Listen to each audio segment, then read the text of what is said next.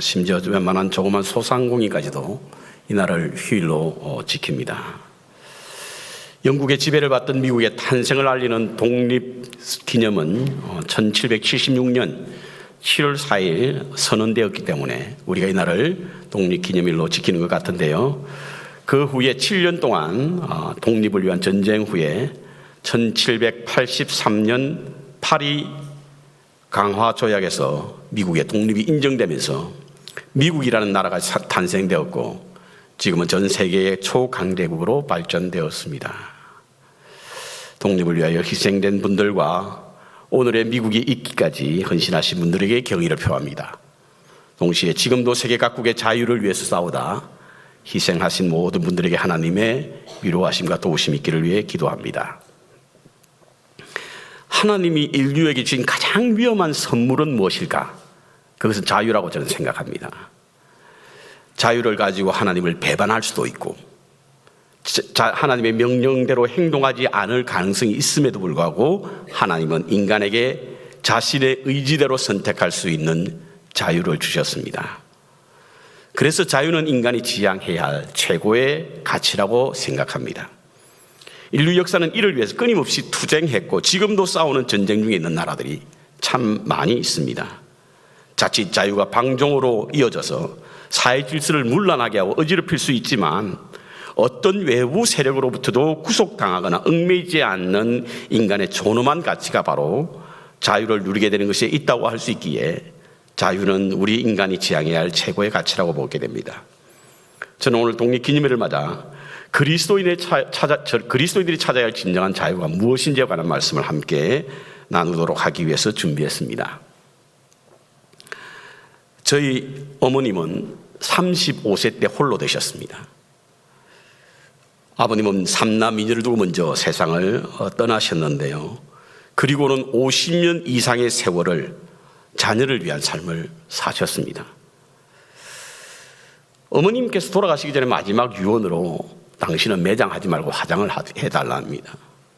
그리고는 그 화장한 것을 땅에 묻거나 낙골당 같은 곳에 두지 말라고 하셨습니다. 하늘에 날리든지 물에 뿌리든지 하라는 것입니다. 그 이유가 낙골당이나 묘지는 너무 답답하기 때문이다 라고 말씀을 하셨습니다. 그리고는 죽어서는 좀 훨훨 날고 싶다, 마음대로 가고 싶다 라고 하는 말씀을 하셨는데요. 저는 어머니의 그 유언의 의미를 잘 알고 있습니다. 무엇 때문에 그와 같은 유언을 하셨을까? 아마도 평생 아들과 딸 때문에 묶여서 사셨으니까 죽어서 좀 자유롭고 싶어하는 마음이 그 속에 담겨 있다고 저는 생각합니다. 누구나 할 것 없이 인생은 어떤 것에 구속되어 살아가고 있습니다. 구속된 채 살아가는 것이 우리 인생입니다. 여러 가지 많은 신체적, 정신적, 그리고 영적 구속에 우리가 살아가고 있는 것인데요. 저는 먼저, 그럼 우리를 구속하는 것이 과연 무엇일까에 대한 말씀을 함께 나누며 시작하도록 하겠습니다. 여러분, 무엇이 우리를 구속합니까? 저는 첫 번째로 다른 사람의 이목이 우리를 구속하고 있다, 이렇게 생각합니다. 다른 사람들의 평판이라고 하는 것이 우리를 구속하고 있다. 우리는 다른 사람 평가에 대해서 매우 민감합니다. 그렇죠? 다른 사람이 나를 어떻게 평가할까? 어떻게 볼까? 그래서 아주 거기에 대한 예민하게 반응을 할 때가 많습니다. 그래서 사실은 나를 만드는 것은 내가 아니라 다른 사람이래요. 그건 마틴 부버라고 하는 사람이 이제 주장했던 내용인데요. 내가 나를 만드는 것이 아니라 다른 사람이 나를 만들어 간다고요.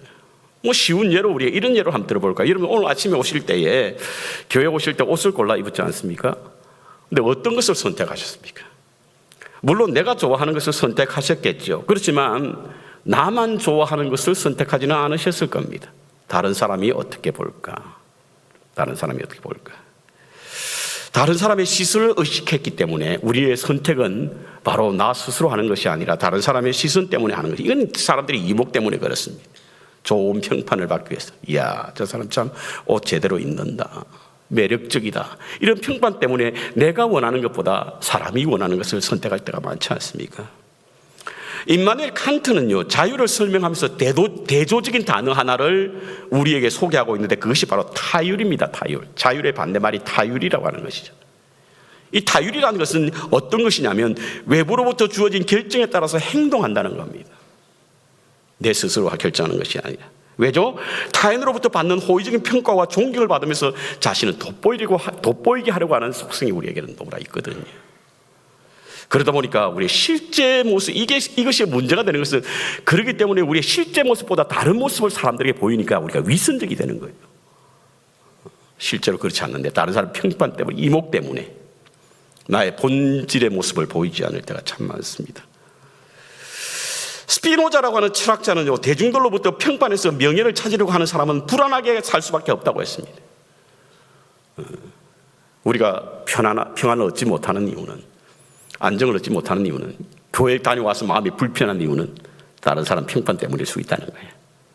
다른 사람 나를 어떻게 생각할까? 오늘 우리 생각에 찬양 참 기가 막히게 하시는데, 은혜 받았다고 하면 감사할 텐데 그렇지 않는 시선으로 말을 하게 될 때 우리 지휘자부터 승가대원들은 마음이 불편한 거예요. 목사도 마찬가지입니다. 여러분. 설교 열심히 준비하고 밤을 새워서 준비했는데 끝나고 나서 왜 설교가 그렇게 기냐, 왜 말이 그렇게 빠르냐, 왜 소리를 지르냐. 다른 사람의 평판에 우리의 생각이, 다른 사람의 이목에 우리의 생각이 들어가 있기 때문에 항상 우리는 불안할 수밖에 없고, 그리고 그것에 구속되어 있습니다. 여러분, 너무 그것에 구속되지 마시기 바랍니다. 여러분, 구속되지 않아야 할 이유가 있어요. 세 가지 이유만 들어보면, 첫 번째로 사람들의 생각이 조석변입니다. 여러분, 아침에 좋았다가 저녁에 나빠질 수 있어요. 거기 너무 집착하지 마시기 바랍니다. 그리고 우리의 평가하는 사람이 반드시 옳은 것 아닙니다. 여러분, 그 사람이 어떻게 절대 진리일 수 있어요? 마지막으로 모든 사람이 그렇게 생각하는 건 아닙니다. 그렇기 때문에 다른 사람의 평판에 너무 구속당하지 마시기 바랍니다. 개성이라고 하는 표현이 있습니다만, 너무 그것에 다른 사람의 이목에 우리가 구속되어 있다고 한다면 그 사람 모양대로 우리가 만들어가는 겁니다. 근데 그 사람이 실제로 진리는 아니잖아요. 그 사람 전부는 아니지 않습니까? 그 사람의 마음은 왔다 갔다 하잖아요. 그것에 어떻게 다 맞춰 살 수 있습니까? 진정한 자유를 누리려면요, 세상의 이목과 평판에 일희일비하지 말아야 합니다. 이 세상 나를 버려도 나 관계없도다.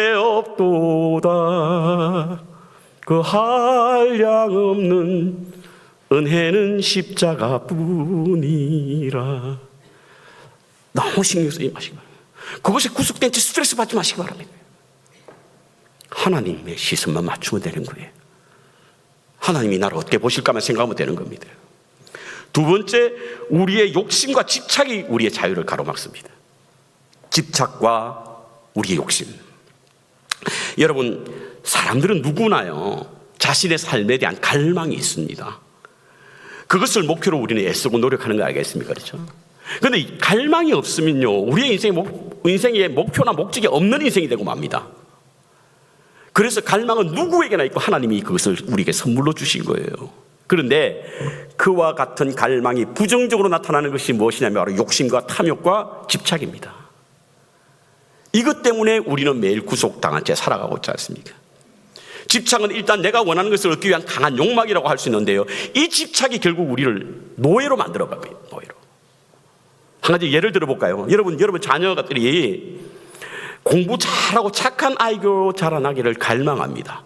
그래서 여러 가지 환경도 조성해주고 또 그들을 가르치기도 합니다. 그런데요, 그 갈망이 잘못된 방향으로, 부정적인 방향으로 옮겨져서 그 아이에게 집착하게 되면 그 아이에게 우리는 노예가 됩니다. 돈도 마찬가지잖아요. 돈은 우리 삶에 있어 꼭 필요한 겁니다, 여러분. 그래서 우리에게 있어야 합니다. 그러니까 그것에 너무 집착하다 보면 물질의 노예가 되는 거예요. 종로로 사게 되는 겁니다. 저는 목회도 마찬가지라고 생각합니다. 목회도 성공에 대한 갈망이 있어요. 누구나. 어느 누구 할 것 없이 목회를 시작하면요, 교회가 좀 부흥이 되기를 그런 것을 갈망하죠. 그래서 말씀도 열심히 준비하고 기도도 하고 신방도 합니다. 그런데 그것이 집착이 되면 목회 성공의 노예가 됩니다. 그때는 목회자가 진심으로 가져야 할 목회자의 최고의 가치인 신실성을 잊어버리는 거예요. 그래서 우리는 끊임없이 그것에 사로잡혀서 노예 생활을 하는데요, 우리 욕심과 집착을 버리지 않으면 우린 그 노예에서 벗어날 수 없습니다. 세 번째로 좁은 세계관이 우리를 구속합니다. 자유라고 하는 이 단어의 사전을 보면 남에게 구속받거나 얽매이지 아니한 상태를 말하고 있는데요, 이는 단순하게 신체적인 자유만 말하는 것이 아니라 정신적인 자유, 그 나아가서 영적인 자유까지 의미하게 됩니다. 왜 그러면 우리가 그에 대해서 자유롭지 못하느냐? 우리의 세계관이 너무 좁은 거예요. 이 세계관이라고 하는 게 무엇입니까? 여러분? 우리의 경험과 지식과 상식으로 형성된 어떤 생각의 폭을 말하는 것이 저 세계관이라고 저는 이해하는데요, 자기의 경험과 사고가 적으면 그 스스로를 가두어서 옹졸한 사람이 되게 만듭니다. 그래서 사상이나 이념의 자유를 누리지 못하게 되는 거죠. 이와 같은 것이 위험한 이유는요, 대부분이 자기가 가진 세계가 모든 것인 줄 착각하는 거예요. 그래서 받아들이지 못하는 겁니다. 그리고 그와 같은 자기의 주장을 관철하기 위해서 수단과 방법을 가리지 않은 목적에 함몰되어서 그것을 이루려고 갖은 애를 쓰는 사람들이 되게 됩니다. 목적 지향적인 사람이 되어버려요. 목적이요, 어떤 것을 목표로 세우면요, 끝까지 그것을 찾으려고 하는 사람도 있지 않습니까? 여러분? 세상에서 가장 어리석은 사람은요, 책을 한 권도 읽지 않는 사람이 아니라 한 권의 책만 읽는 사람이에요. 그게 전부인 줄 아는 거예요. 그것이 우리로 하여금 자기의 사상의 노예가 되게 만듭니다. 생각의 노예가 되게 만드는 거예요. 그곳에 갇혀서 자유를 누리지 못합니다. 그렇다면 진정한 자유는 어디에서부터 비롯될 수 있는가? 저는 말씀 속에서 찾을 수 있다고 보는데요, 여러분, 구약 성경과 신약 성경의 핵심 주제는 자유입니다. 자유. 핵심 주제는. 그래서 전체적인 문맥을 보면 모두 자유에 관한 말씀으로 구성되어 있어요. 구약 성경에는 430년 동안의 포로에서, 애굽에서의 노예 생활의 해방에 관한 이야기, 그리고 70년 바벨론 포로 생활의 해방 이야기가 바로 구약 전체로 흐르고 있어요. 끊임없이 신명기서나 혹은 모세의 가르침에 보면요, 너희는 애굽의 종되었던 사실을 잊지 말라고 말하고 있어요. 너희가 원래 종이었다는 거예요. 하나님께서 종되었던 너희를 풀어 해방하게, 자유하게 하셨다는 이야기인 것입니다. 그래서 지금도 출애굽 사건을 기억하고 기념하고 재현하고 있는데요, 그것이 바로 무엇이냐면 유월절이요, 맥주절이요, 초막절이, 이게 전부 다 해방과 관련된 이야기 아닙니까? 해방과 관련된 절기 아니에요? 바벨론의 포로 생활도 마찬가지입니다. 70년의 포로 생활을 갖다가 그들은 안식년으로 보는데요, 70년 포로 이후에 그들의 영적 자유의 회복이 일어나는 사건이 일어나게 되었는데, 그것이 바로 70년의 포로 생활에서 해방되었던 이스라엘 백성들의 큰 변화였습니다. 그러니까 구약 성경은 전부 다 자유에 관한 말씀이라는 거예요. 신약 성경은 어떻습니까? 신약 성경도 예수님께서 유난히 귀신들을 고치신 사건이 많이 나죠. 귀신을 고치신 사건은요, 영에 얽매였던 사람들에게 진정한 자유를 주기 위하여 귀신을 고치신 거예요. 그래서 신약 성경에도 예수님께서는 죄에 종됐던 우리에게 자유를 주신다는 말씀이 많이 기록되어 있는데요, 죄로 인해 죽을 수밖에 없는 인생에게 진정한 자유를 주시기 위해서 예수님께서 오셨다는 것이 바로 신약의 본질적 가르침이지 않습니까, 여러분? 요한복음 8장 36절 보십시오. 아들이 너희를 자유롭게 하면 너희가 참으로 자유로우리라. 아들이 자유롭게 하면 우리가 참되게 자유로울 수 있다는 거죠. 로마서 8장 2절 보십시오. 이는 그리스도 예수 안에 있는 생명의 성령의 법이 죄와 사망의 법에서 너를 해방하였습니다. 요한복음 8장 31절 보십시오. 진리가 너희를 자유케, 온통 자유에 관한 말씀. 왜 그러죠? 하나님은요, 당신의 백성들이 자유를 누리고 또 자유롭게 살기를 원하시기 때문에 그래요. 세상의 굴레, 죄, 사망, 이런 모든 것으로부터 벗어나 참된 자유를 누리게 하시기 위해서 주님께서 이 땅에 오셨고, 하나님은 그 백성을 자유케 하심으로 우리에게 하나님의 뜻을 나타내시는 것입니다. 그렇다고 한다면 여러분, 우리가 어떻게 자유를 누릴 수 있을까 하는 겁니다. 한마디로 말씀드리면 그것은 하나님 안에 있어야만 자유를 누릴 수 있는 줄로 믿습니다. 하나님 안에 있을 때만. 바꿔 말씀드리면 우리가 하나님의 백성이 되고 하나님의 자녀가 될 때 비로소 우리는 자유를 누릴 수 있습니다. 사람들은요, 자유에 대해서 이야기를 어떤 구속, 어떤 것으로부터의 구속, 누구로부터의 간섭도 받지 않는 것이 자유, 심지어는 하나님으로부터도 간섭받지 않는 것이 진정한 자유라고 착각합니다. 그런데요, 하나님으로부터 벗어나게 되면 진정한 자유를 얻을 수 있습니까? 하나님으로부터 벗어나는 것이 진정한 자유입니까? 누가복음 15장에 보면 탕자의 비유가 나오는데요, 그 탕자는 아버지의 잔소리와 간섭이 싫어서 아버지의 재산을 가지고 아버지 집을 떠납니다. 재산만 있으면 마음대로 살 수 있을 것 같았거든요. 재산만 있으면 자유롭게 살 수 있을 것 같았습니다. 그런데 그가 자유로웠습니까? 그는 아버지를 떠나는 그 순간부터 세상에 구속되었습니다. 세상에 속박당하기 시작한 겁니다. 세상이 그에 가진 모든 재산을 다 빼앗아가 버렸습니다. 그리고 세상은요, 가장 비인간적이고 무자비하게 우리를 구속한 거예요. 우리를 속박한 겁니다. 탕자를 속박한 겁니다. 그를 종으로 만들었잖아요. 종으로 만들기만 했습니까, 여러분? 당시에 이스라엘 사람들이 가장 불길하게 여겼던 돼지의 지엽 열매도 먹지 못하도록, 너무나 비인간적이잖아요. 너무나 무자비하지 않습니까? 세상이 그렇다는 거예요, 여러분. 근데 우리는 하나님만 떠나게 되면 진정한 자유를 누릴 수 있을 것이라 착각하는 거예요. 세상이 그렇지 않습니다.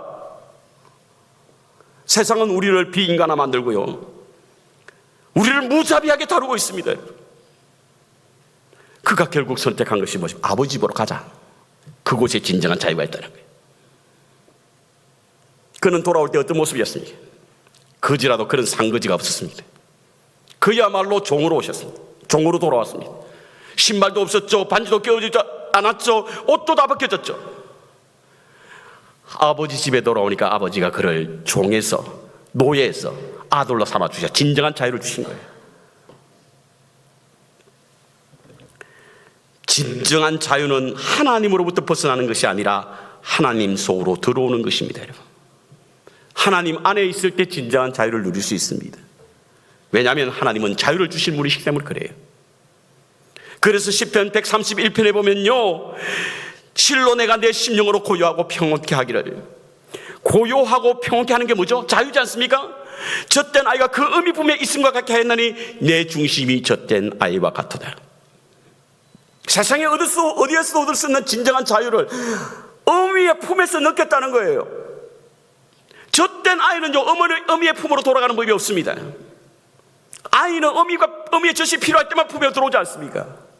그런데 시인은 하나님께로 돌아가는 것이, 평온케 하고 그리고 고요하게 하시는 하나님의 품이 진정으로 그에게 주시는 자유였다는 겁니다.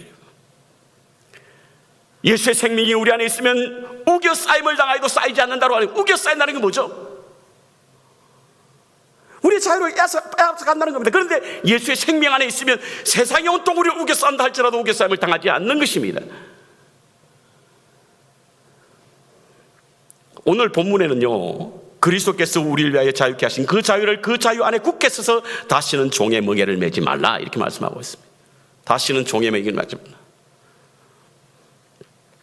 자유라고 하는 이 단어는 영어로 두 가지가 있습니다. 하나는 freedom이고 다른 하나는 liberty입니다. 그런데 이 freedom과 liberty는 좀 다릅니다.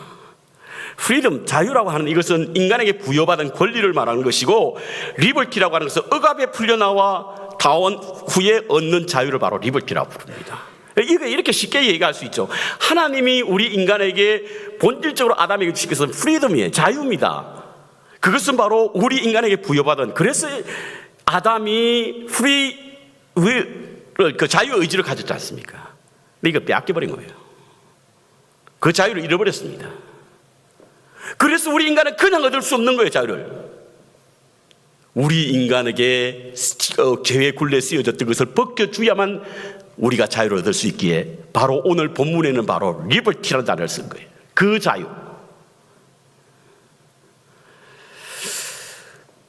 오늘 본문에 쓴 이 자유라고 하는 단어는 바로 예수님께서 대속의 제물로 우리의 죄에 억압해서 풀으신 그 자유라는 겁니다.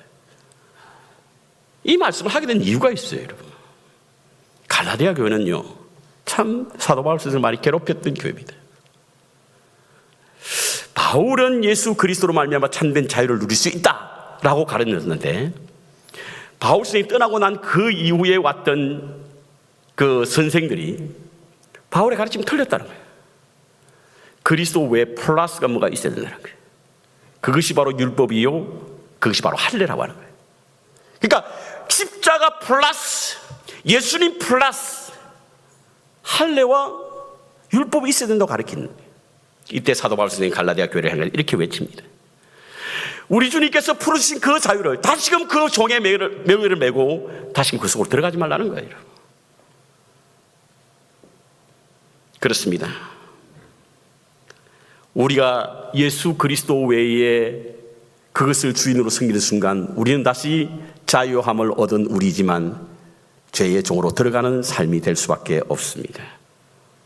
그렇다고 한다면 우리가 그 속에서 어떤 답을 얻을 수 있을까? 여러분, 우리 인간에게는요, 두 가지 본성이 있죠. 하나는 선한 본성이고 다른 하나는 악한 본성입니다. 여러분, 우리 안에 악한 본성과 선한 본성이 함께 공유하고 있다는 사실 아세요? 같이 존재한다는 사실 아십니까? 알잖아요. 우린 경험했기 때문에.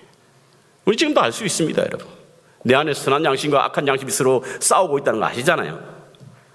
선한 양심이 이기면 악한 마음은 떠나게 돼 있고, 악한 마음이 이기면 선한 마음은 떠나게 되는 거예요. 그래서 본성이 이렇게 선한 본성과 악한 본성이 함께 있습니다.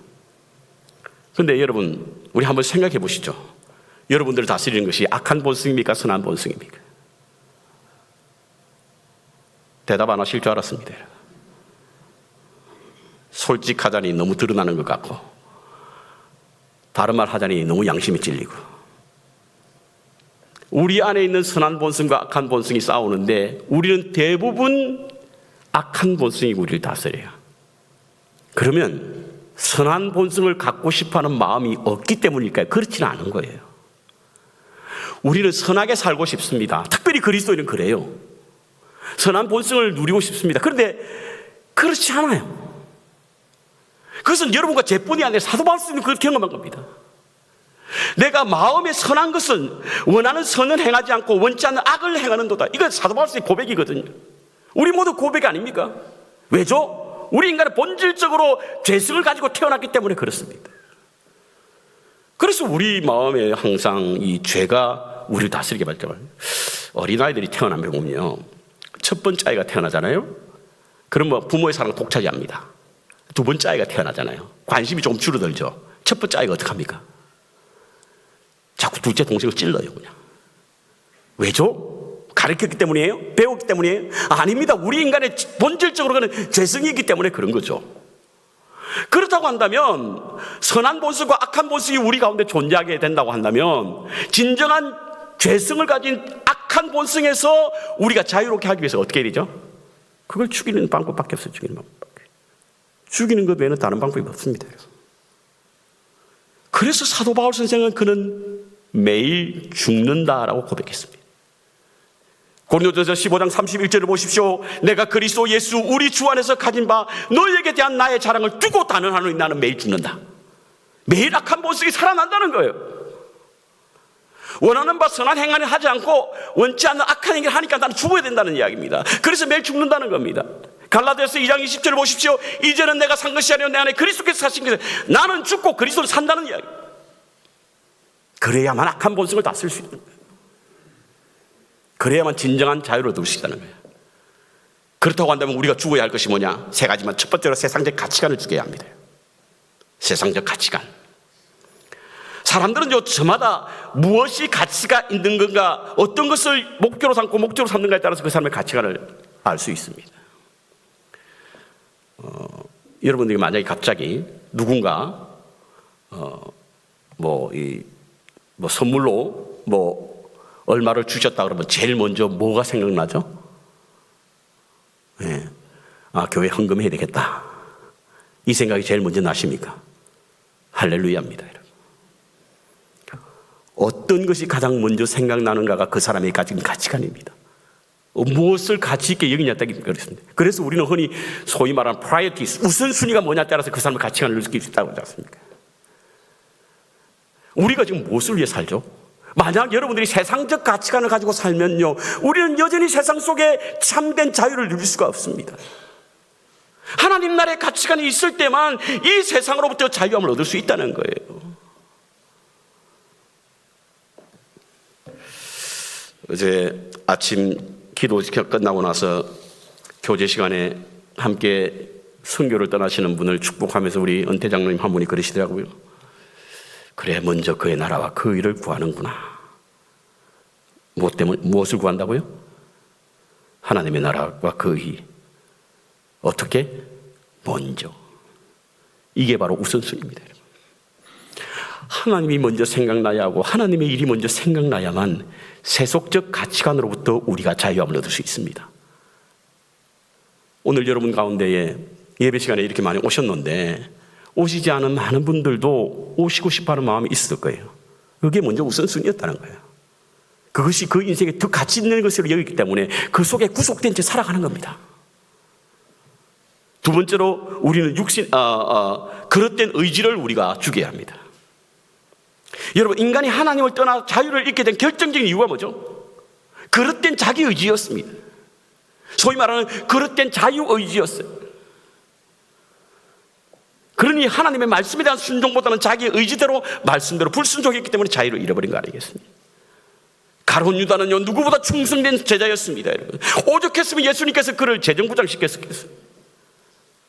무엇 때문에 그가 주님을 배반했습니까? 무엇 때문에 예수님을 죽였습니까? 자기 의지 때문에. 여러분, 잊지 마시기 바랍니다. 내 의지가 살아있으면 주님은 죽습니다. 주님을 죽입니다, 여러분.